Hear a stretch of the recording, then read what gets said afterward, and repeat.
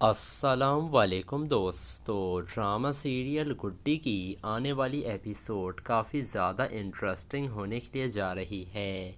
اب ناصر گڈی کو لینے کے لیے آنٹی کے گھر پہنچ جاتا ہے، لیکن وہاں پر تو گیٹ پر تالا لگا ہوا تھا۔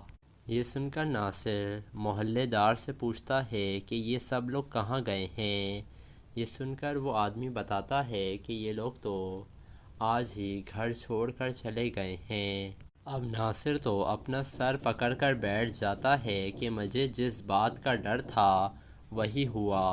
اور دوسری طرف گڈی اپنی خالہ کے گھر پہنچ گئی تھی اور اس کی خالہ اسے دیکھ کر کافی زیادہ خوش ہو گئی تھیں، اور وہ اسے گلے لگا کر کہتی ہیں، بیٹا تم کہاں چلی گئی تھی؟ اور حمزہ بھی تمہیں ڈھونڈنے کے لیے گیا ہے۔ اور گڈی حمزہ تمہارے لیے کافی زیادہ پریشان تھا۔ پھر وہ گڈی سے پوچھتی ہے، گڈی تم کہاں چلی گئی تھی؟ میں تمہارے لیے کافی زیادہ پریشان ہو گئی تھی۔ جس کے بعد گڈی سارا واقعہ بتاتی ہے کہ اس کے ساتھ کیا کیا ہوا۔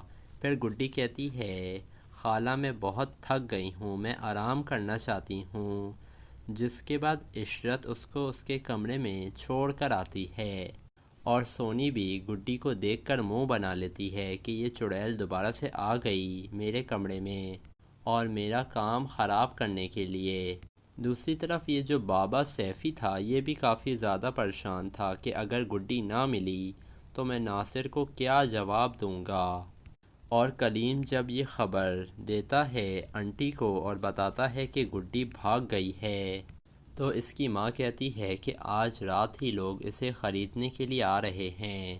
اب میں ان لوگوں کو کیا جواب دوں گی؟ میں نے تو ان لوگوں سے کچھ ایڈوانس بھی لے لیا تھا، اب وہ لوگ تو مجھے چھوڑیں گے نہیں۔ دوسری طرف یہ اورنگزیب اور رمیز باتیں کر رہے تھے، اور رمیز کہہ رہا تھا کہ تم بابا سیفی کو پیسے دے کر اس کا منہ بند کروا دو، اور اس سے تم کہو کہ وہ کسی اور شہر میں چلے جائے۔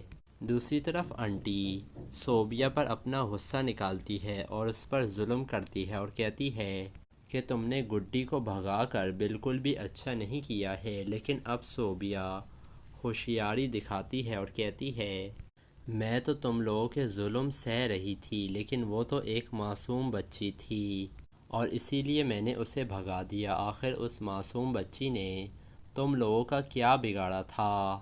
تم لوگ تو درندے ہو، ہاتھ دھو کر ہی اس بیچاری بچی کے پیچھے پڑ گئے ہو۔ یہ سن کر تو آنٹی صوبیہ کے منہ کے اوپر تھپڑ مار دیتی ہے، اور پھر وہ صوبیہ کو کمرے میں بھوکا پیاسا بند کر دیتی ہے۔ دوسری طرف عشرت حمزہ کو کال کرتی ہے اور بتاتی ہے کہ گڈی گھر آ گئی ہے، اور اسے کہتی ہے کہ تم جلدی سے گھر پہنچو حمزہ۔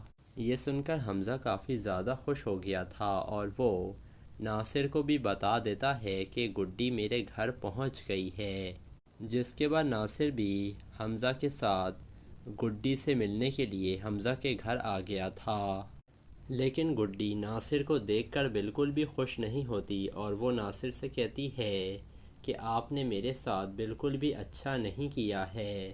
یہ تو بھلا ہو صوبیہ آپی کا جنہوں نے میری مدد کی، اور انہوں نے ہی مجھے اس دلدل سے نکالا اور میری جان بچائی، ورنہ آپ نے تو کوئی کسر نہیں چھوڑی تھی مجھے بدنام کرنے کی۔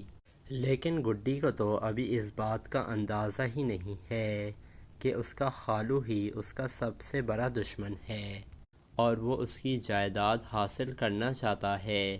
اسی لیے وہ اسے کسی بھی صورت خوش رہنے نہیں دے گا، اور اسی لیے وہ گڈی کا سودا کرنا چاہتا تھا۔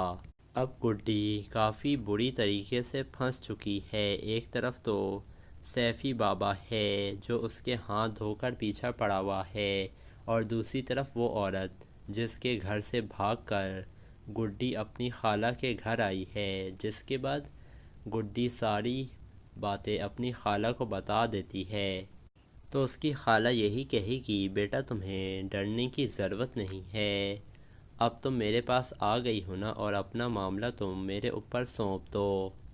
اب ہم اس کیس کو نا پولیس کے حوالے کر دیں گے، اور اب کوئی بھی تمہارے ساتھ برا نہیں کر سکے گا۔ لیکن گڈی کو تو اچھے سے معلوم ہے کہ اورنگزیب اس کی جان کا دشمن ہے اور اس کے ساتھ کبھی بھی کچھ بھی ہو سکتا ہے۔ اور یہیں پر اس ایپیسوڈ کا اختتام ہو جاتا ہے۔ ویڈیو اگر آپ کو پسند آئی ہے تو لائک کر دیں اور ہمارے چینل کو ضرور سبسکرائب کر دیے گا۔